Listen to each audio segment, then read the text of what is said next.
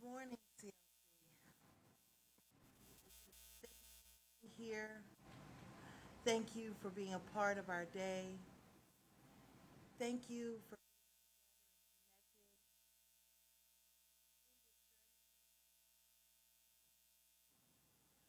I invite you in with and through that connection to take a nice deep cleansing breath in, breathing in love and light. And as you release the breath, release all that no longer serves you. Go ahead and take another nice deep breath in, breathing in all the cool, calming oxygen around you. And as you release this breath, just allow your body to relax in this moment. If you need to, go ahead and move your neck or shoulders, wiggle your fingers or toes.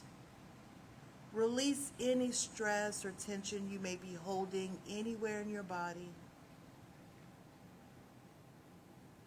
And as you relax wherever you may be seated, allow your mind to be here now. Universal love enfolds me. Universal wisdom inspires me. Universal spirit enlightens me. Universal power encircles me. I am one, and all is well. As we begin this inner healing process, let me invite you to relax in quiet confidence, opening yourself up to the miracle working higher power. Now symbolize the unity of your thinking and feeling nature by touching your chest with your hand, and let my words act as your own for your own inner healing, acceptance, and receptivity.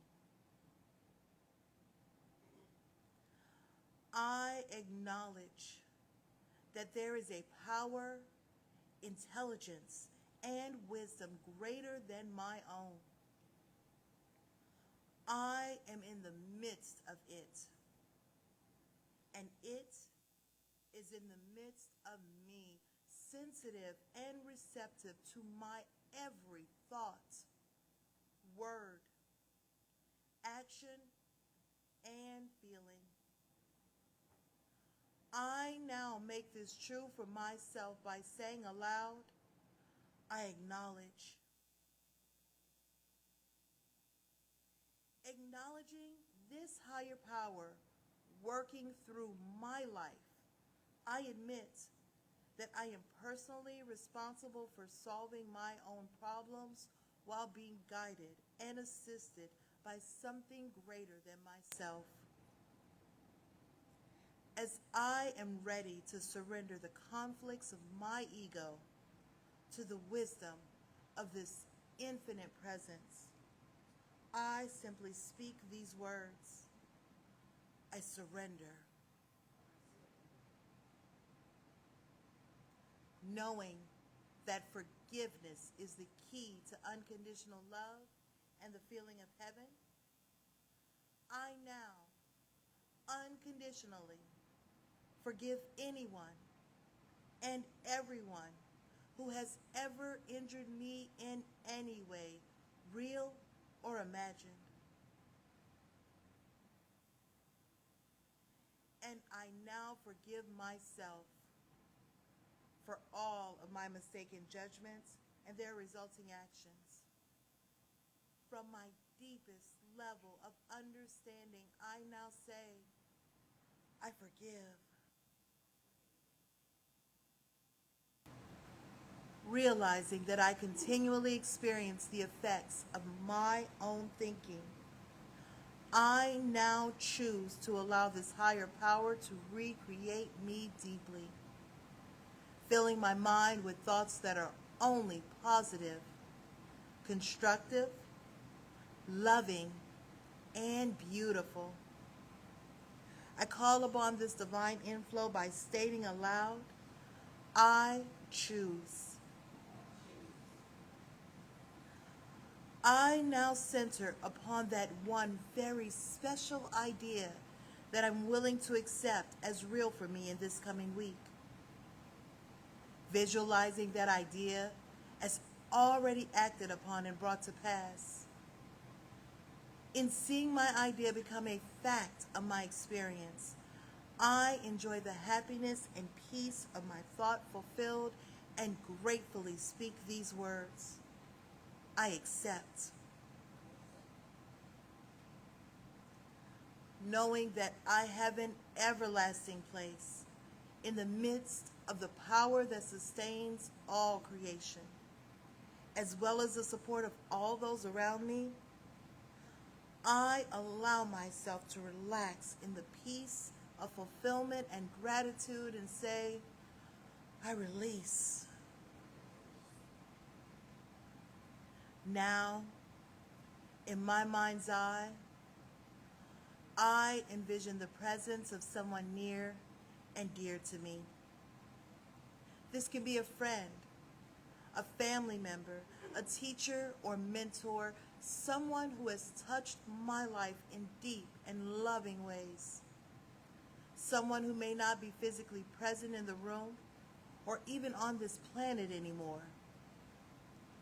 I turn to that image in my mind's eye and say, I'm grateful for the good in your life. Now I open my eyes, turn to the world around me, and joyfully speak to anyone physically present in this room or virtually on this broadcast, and share in confidence and gratitude in saying, I am grateful for the good in your lives. Good morning. Welcome to Creative Life on this beautiful first day of fall officially. It's called Mabon in the Celtic tradition. We celebrate that. We celebrate Hispanic Heritage Month, which made it onto our Facebook page but not into the weekly email, and I apologize. That's on me. I'll get that fixed. And we're in a series based on the works of Rufus Jones, the great Quaker teacher, Quaker mystic, and I'd promised you some Gnosticism too, but no, you're going to get that in October. I don't want to shovel Gnosticism in on top of his work because it'd be just too much, or couldn't take it, couldn't handle it. And he is deserving of standalone time. So in October, which is a magical and mysterious kind of time anyway, we will have some teaching from the Nag Hammadi Gospels, the Gnostic material that was discovered around the same time as the Dead Sea Scrolls. But to the work at hand, 3 weeks ago we began this series and we've carried it through. There's no necessary duality. We've looked at how there's a correspondence. Spirit responds by corresponding. There's a correspondence between the material world and the spiritual world. Or as one great teacher in our tradition, Kennedy Schultz, used to say, you don't have a spiritual side, you have no other side. All there is spirit, and it outpictures in one manner as material life on earth. It outpictures in an infinite number of manners, but there is one life back of all apparent separation, all apparent duality. We've talked about spirit caring, the personal aspect of spirit or the deity caring for us, and it accomplishes this chiefly through people, through nature generally, and through people mostly specifically. So if you are looking for a friend in a divine companion, you might say, that's probably going to be somebody with skin on them, and they will come to your aid, and they will come to your support. And that's how God manifests in the world. Rufus Jones brings up the idea of liberation theology, and David Alexander of our organization has just come out with a book on that as well. Liberation theology. What does this mean? Well, there's a very old idea that God cares for the least of us, meaning the people that are in the biggest trouble, the people who are homeless, the people who are hurting, the people who are sick or disenfranchised or not listened to in the culture, that Spirit cares for each one of these, and actually that the least shall be most, or the last shall be first, and that everyone who has struggled in some way comes through that with a body of character, a body of strength, a body of self-awareness that the average person who hasn't gone through that kind of thing doesn't necessarily possess. In other words, we work for it. You want to be a hero, the first thing you got to do is take some action. The designation of being a heroic person doesn't come to you as an honorary award. It comes to you as a result of some action that you've taken, and there are many different ways to be heroic, which we're going to talk about today. To be a hero in the culture. Today's about the call to great adventure, the call to high adventure. He calls it the trumpet call to high adventure.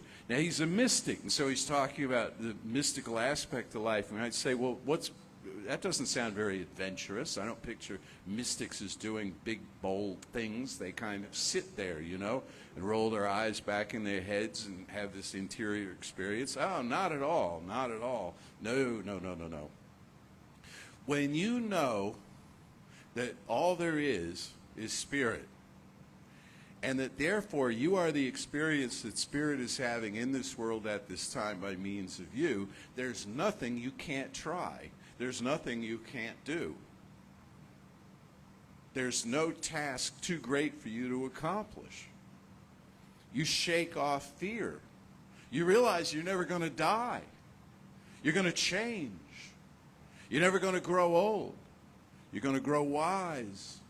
You're going to grow strong. You're going to be different than you were. You can't go home again if home is the same place you thought it was. You think it's the same place now that it was for you when you were there the first time. But at the same time, you can never really leave home. And I brought that up last week in the context of the parable of the prodigal son. It's like you never left. Why? Because you never did. You went into the far country, you had the riotous living, maybe you enjoyed yourself too much there, but where is that far country? In an infinite system. It's right at the center of the system. Everything that happens is right at the center of the system. Everything that happens is right at the center of the self. So the mystic is the person who recognizes there are no barriers to expression in this one life, that you can be, do, have, whatever you choose, whatever you put your mind to, and whatever you take action behind, and that therefore you don't have to be driven by compulsion to manifest certain things. You're no longer trying to prove yourself. There's a line, Bruce Cockburn is one of my favorite songwriters, and there's a line in one of his songs, I've proven myself so many times, the magnetic strip's worn thin. Have you ever had to prove yourself in life that the magnetic strips worn thin, that you have to prove to people that you're smart enough, that you're good enough, that that you have ambition, that you have what it takes. And constantly we're doing this. What if the one life that needs to be convinced of anything about you never didn't know it? Never forgot who you were, never forgot the majesty of your soul, and expresses itself in that way through you. What if there was nothing wrong in our relationship with Spirit? That's what this whole teaching is predicated on. You know that? That there's nothing to fix. There's nothing fundamentally wrong with us that was done by our distant ancestors or anybody else that has set us adrift and put us in a bad place with God.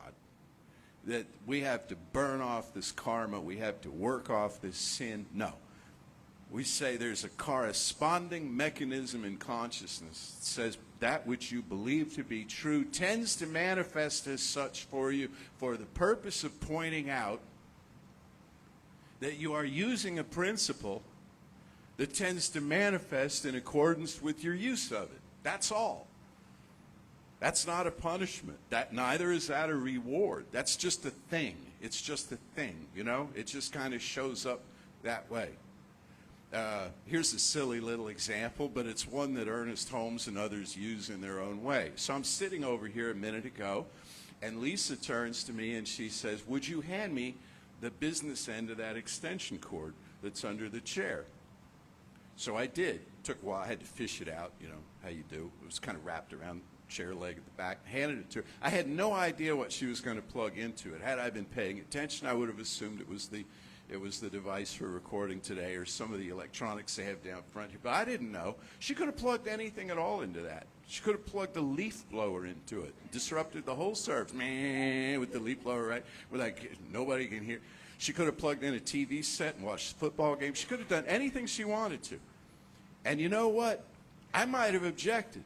You might have objected. But you know what wouldn't have objected? The extension cord. Says whatever. Okay? I will respond to you by corresponding to you. That's how this whole thing works. So the call to high adventure. What is high adventure to you? Are you bored? Are you tired of your life? Do you want some excitement? Well, I have a suggestion for you. Make something up. Make something up. When I was a little kid, it was at that time in the world when secret agent movies had just kind of come on the scene.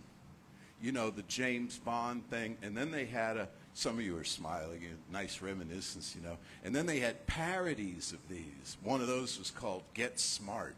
And it was way over the top slapstick kind of comedy around the whole secret agent thing, you know. But all little impressionable 9 and 10-year-olds or whatever I was at the time, we all looked at that and we thought, let's be secret agents. Let's be on a secret mission. The secret mission that my friends and I came up with, who lived on the block, this is in New York where I grew up, was this is dumb, but there it is.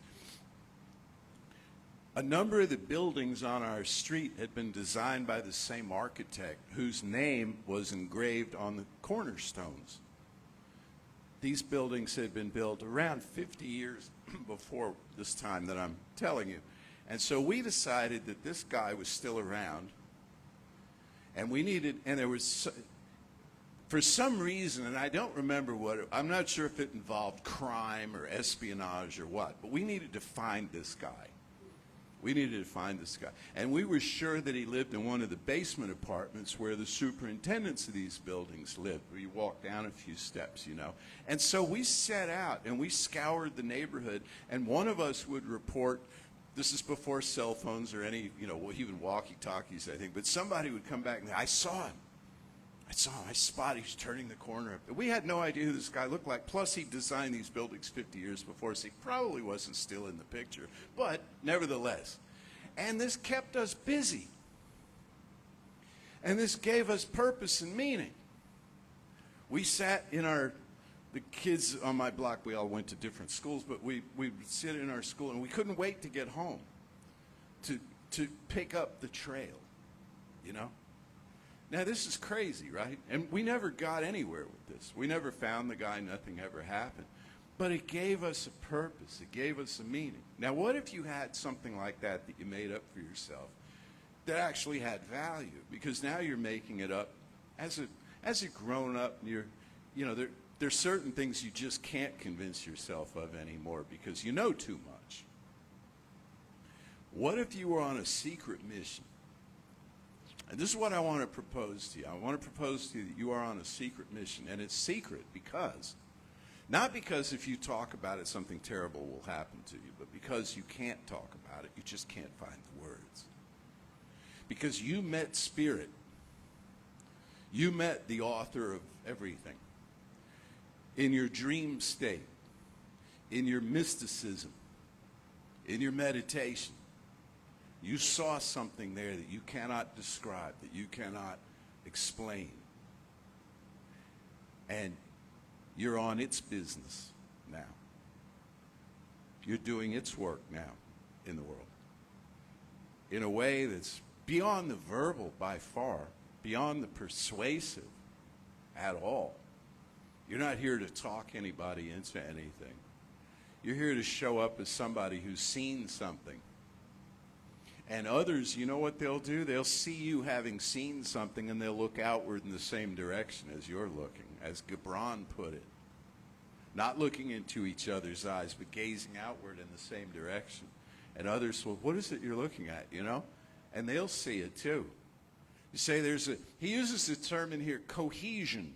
There's a cohesion in life. Everything fits together in some way. Every fragment has the all behind it. He's writing some time ago, anticipating the hologram. Every fragment has behind it the wholeness of life. And it coheres. It all fits together in some way. And those who see that, as another saying goes, take off their shoes. And as those who see that, are forever changed and are motivated now by that new vision.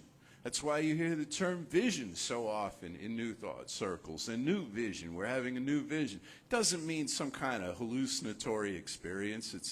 It's not a trick of the light. It's that suddenly now there's a context in which everything coheres, everything fits together in some way, and you're moved by that. Your ambitions become different. Your motivations become different. Like an actor will ask in my scene, what is my motivation? Why am I saying these lines? Why am I doing this thing? What is my motive? You'll have a different motive. The motive is to support and acknowledge and celebrate and, yes, even worship that cohesion of how intelligence all fits together, life, everything works together. As I said last week, everyone either knows who they are or they're about to.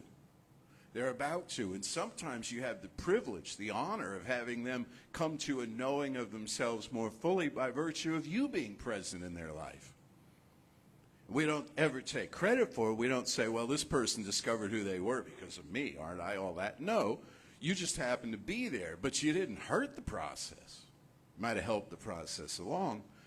But Ernest Holmes, the founder of this teaching, says it's something that's sure to be attained by all. We believe in the complete emancipation from all discord of every nature, and that this goal is sure to be attained by who? All. Not some, not the people who believe as we do, not the people who show up on Sundays, not the people who drop money in the basket. No, all. Absolutely everybody, including the people who think this is completely nuts, this idea of oneness. They too shall know themselves.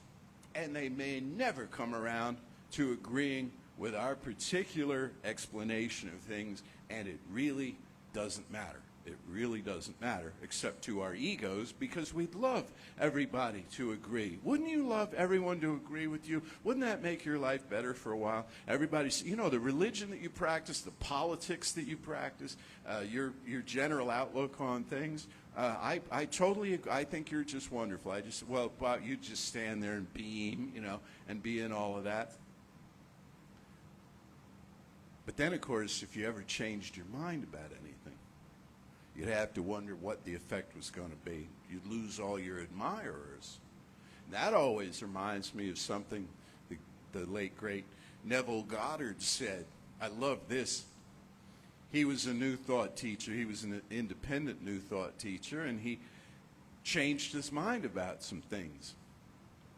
He spoke to full halls of people at this point in time in California, and he changed his mind about some things. And one of his handlers, one of his associates, said, "Neville, you can't say that.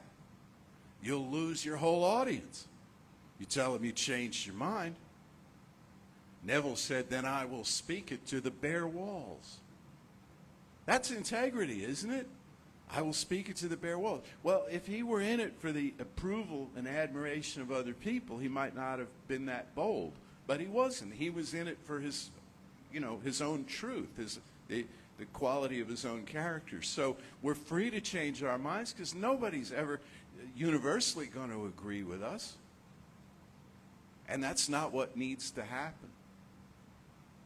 What needs to happen is understanding, unconditional love, and a connection in consciousness that goes beyond just a mere opinion. There's another meme, I think, that went out. We had it on our Facebook page for a while. Maybe it's still there. It said something about don't show me your opinion, show me your action.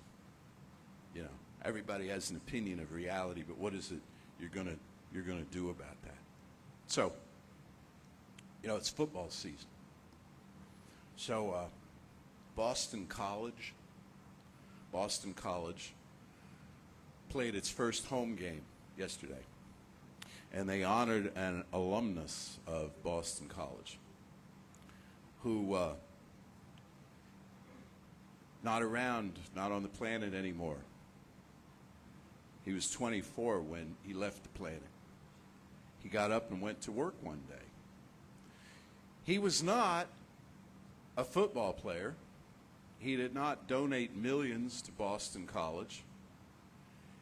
He was a junior stockbroker who had an interest in being a volunteer firefighter, and he went to work one day in the South Tower of the World Trade Center on September the 11th, 2001. He went to work, there was an explosion, and he ran upstairs instead of down. And he helped some people who were on the floors above where the plane had flown into the South Tower. And he helped some people get down the stairwell through the flames. He helped some people get down 6 or 8 floors to where they could be handed off to somebody else, and some of these people were burned. And some of these people had broken bones, but he handed them off to somebody else who handed them off to somebody else, and he went back up. And he went back up, I think, 5 times. And he pulled a red bandana up over his nose and mouth to keep the smoke out, and he became known as Red Bandana Man. They found his remains 6 months later after the building had collapsed, and were able to identify him. But of course his family knew, because he never came back. 18 people had their lives saved by this man. 18 people. So yesterday, Boston College, playing its first home game of the season, the numbers on their uniforms were in the style of Red Bandana. That's a hero for you. But look at it. In the moment, what he did was what was before him to do. He couldn't not do it. Could you have not done it? You hear somebody crying out in pain and suffering, you go get them. And you don't think about what it might entail for you. He didn't know exactly what was going on. All he knew was that something had happened in the building. You're walking along and there's somebody in the water. You're walking along and there's some trouble in front of you. There's something that needs handling, and you handle it. And people look at you and they say, and then maybe they give you an award. You know, maybe they honor you. Maybe it's too late for you to notice it because you're no longer on the planet. But what you've done is created an active cohesion. I'm taking this higher love and I'm translating this higher love into practical action in some way. We're all like Red Bandana Man. You never know when, okay, maybe you're never going to pull anybody out of a burning building. Maybe you're never going to pull somebody out of the lake, who's fallen in. But I can tell you stories of times when people I know, and me myself, and people in this center have had conversations come up out in the world with total strangers that we later find out were life-changing.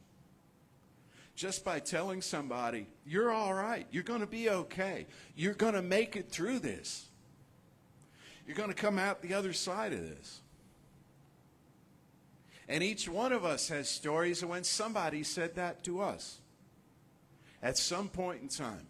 You had a teacher at some point in school. They all kind of blend together, and it was a long time ago for most of us, but you have a teacher, you have one that stands out, who saw something in you, who said something to you. And you have lots of people who didn't wear the official appellation of teacher, who saw something in you. And these were heroic beings who called you to your higher destiny. These were people who practiced that higher love in some way and called you on to this great adventure. So that's the secret agent thing, is you know something about people that they may or may not be knowing about themselves at this time, which is they are limitless, they are immortal, they are infinite, and they are created by the only power there is. You don't have to go up to them and tell them all of this. You'll know if there's a time where that's appropriate, but just by your knowing of it, something happens. Our founder, Ernest Holmes, was noted for the fact that when somebody went to him for prayer privately, he seldom spoke. He didn't sit there and give a bunch of words in prayer. Why? He felt it was distracting. He would pray out loud from a stage to teach prayer, to teach a formula of prayer that he had called spiritual mind treatment. But when he was doing it in real time for people, across a desk, he did it silently. He just turned into the... So it wasn't, again, the words weren't... People probably wondered, is he dozing off? What's going on here, It wasn't about the words. It was about this interconnection. That's why the words, you say the words to yourself in your own mind. Say, look at that beautiful soul there at the gas pump. Look at that person in front of me in line at the supermarket. I'm going to send out love to them. I've told you stories about this before. The friend of mine that put angels' wings on people on airplanes and things. There are all kinds of examples of this that you can use. And what's really cool is that you'll come up with your own. You'll find your own form of service, your own way of doing this that's unique to you. And you'll see the highest and best in people. And what's the upshot of that? Well, they'll start to see it in themselves. They may or may not do this in front of you. But other people will, meaning, by which I mean, if you look at the people, okay, let's take the people in front of you at the supermarket. If you look at them instead of as impediments, like I wish, does it grind you to the bone when somebody wants to write a check and they haven't fished their checkbook out of their purse or pocket until they get, right? This isn't so much a deal anymore. There was a time you couldn't use credit cards at the supermarket, and there'd be somebody, and they're like, oh, it's time to pay for this. I need to write a check. And you're standing there, and your ice cream's melting, and you're like, would you come on? And so you get all twisted up about this. Well, instead of looking at people as impediments, you start to look at them as the pure and holy expression that Spirit's having of itself by means of them, blah, blah, blah. They might still be annoying. But the next set won't be. The next time this happens, you'll be in line to pay for your groceries. And you'll realize you're a nickel short. And you'll be all embarrassed. You'll have to put something back, except the person behind you will say, here, let me take care of it for you. You know what I'm saying? If you stop looking at people as impediments, the current people might still kind of trundle through your life, but pretty soon, before very long at all, people start showing up as the godlings that they really are, and they do something to benefit you. They cohere. It all begins to fit together. The view that you have of life in a general sense, what psychology calls the explanatory style of optimism or pessimism, begins to yield results in terms of people cohering to that idea, life cohering to it. It rains, but not on your picnic. Things fall apart, but they're really falling together. Everything tends to work out, and not as a final thing, but as an entry point, as an entree, okay, to your next adventure. Here's what you need to know. You want to write something. Well, here's some paper. Over here's some pens, and over here's something else, and here's a window for you to look out of. One of the most beautiful paintings ever created, Van Gogh's Starry Night. He painted, you know this story, I'm sure. I have the same set of art and music stories I tell over and over again, just because they're really good. So every now and then I get a new story, but they're just really good stories. Starry Night, he painted looking out the bars of an insane asylum where he had been committed. They don't tell you that until you read the fine print. See? So anyone else there might have said, look at me, this is pitiful, I'm feeling sorry for myself, what a terrible place to be. And he's looking at, ooh, look at how the light dances across the buildings of this town out this window. and this is what he creates. That's what the gift that lies ahead for us as we experience this, our divine life. Next week, we wrap up the series, but I wanted to tell you we've got a couple of, and don't fall all over each other getting out the door for this, but we've got a couple of Rufus Jones books in the bookstore. The Essential Writings of Rufus Jones. It's a little bitty book. I think his writings are more essential than just what fits between the covers of this, but it's a darn good start, and you can read all about his work. And you'll gain a greater appreciation not only of him and his ideas on mysticism, but what Quakerism is about, which is definitely our philosophical cousin in New Thought. First cousin, all right? Let's know together now. This is one of those things that Ernest did silently. I'm going to do it out loud for the purpose of teaching a process to know there is one life. That life is spirit. That life is all a life there is. That life is my life right now. I speak this word in that life about each one here present, that we are each on a mission. We've each incarnated for a purpose. And the purpose is open-ended.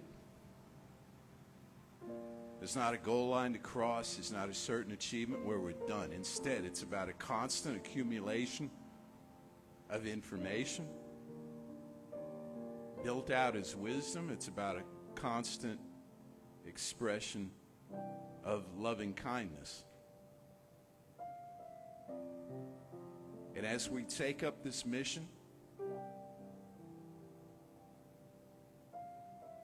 everything in life begins to tailor itself to it. We encounter people who are sweet, lovely, and wonderful, or who want to be.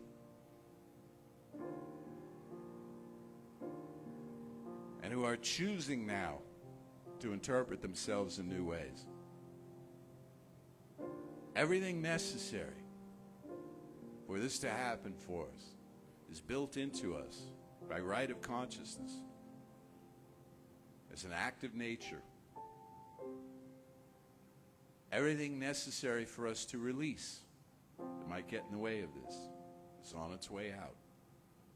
I affirm and know this for each person in this room today, each person watching at home, and each person that each of us encounters, and who they encounter, and so on, endlessly outward, in ever-widening circles. I affirm and know this for the whole body of humankind and all life everywhere, and for this knowing, and for everything that comes from it, which I'm not in charge of, but I stand in awe of. I say, thank you, infinite presence of life. And I let it be, and so it is. And if you're interested in statistics, almost every week, by the end of the week, somewhere in the region of 300 people have watched this service on either Facebook or YouTube. So it's obviously of interest to lots and lots of people. So please pass the word on. If you like what we do here, if you like the messages you hear, please pass it on to other people. We'd appreciate that. And like our Facebook and YouTube postings. That will be wonderful. So as we come up to giving time, and our usher, I believe it's Anne this morning, correct? Just either physically or in your mind, take your gift. And once again, thank you for all your donations. Thank you for the work you do here. And please say with me, divine love, through me, blesses and multiplies all the good I am and have, all the good I give and receive. I am prosperous now, and so it is. Okay, and now the other business, which is, that treating out loud that Ernest did silently and we do out loud for the purposes of instruction. Just because it would be weird if I got up here and then just sat here for 5 minutes and then said, okay, I'm done. It might be entertaining. I'd have to learn to soft shoe or something while I did my treatment. I don't know how many people would watch me silently treat. But it's just where I invite you to consciously enter into the sacred. It's a reminder that it's all sacred all the time.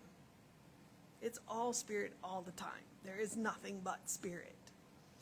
But when we enter into that treatment space, then we are consciously entering into the sacred. We are consciously turning up that connection. Because we're connected all the time, right? If you're not, it's an illusion. You are connected. So we're just turning it up to 11 and saying, I am here. And so I'm going to do that now by inviting you to know with me that there is one power, one presence, one life, one love. And that I live that life just as I know that each and every one of you live that life. We are divine channels for that power. We are literally that presence. And we channel that love into the most amazing manifestations. And so as we enter into this week, I am knowing that we've got that cohesion, connection, turned up to 11. That it is simply a turning of the cheek where we are aware of who we are. And more importantly, we are aware of who each other is. You will never look into the eyes of someone that God does not love, including your own. So I'm knowing as we walk through this week, as we look into each other's eyes, we see that godling looking back. We see spirit looking back at us. Or as Emerson likes to say, Jove nodding to Jove. That we see the angel wings on every single being that we encounter. That we know that even if they are having a moment, that they are a beloved expression of the divine. And we know this about ourselves too. That when we look in the mirror, no matter what kind of day we are having, that we are a beloved expression of that spirit. And that in the end, it will be okay. It'll be better than okay. It will be good. And I know this with all of the gratitude in my being. I am grateful for a teaching that teaches me who I am. I am grateful for a teaching that teaches me to see every living thing as an expression of the divine. And I am grateful for a community that comes together to remind each other of that fact, of that truth. I am grateful for our practitioners, our musicians, our ministers. I am grateful for each and every one of you.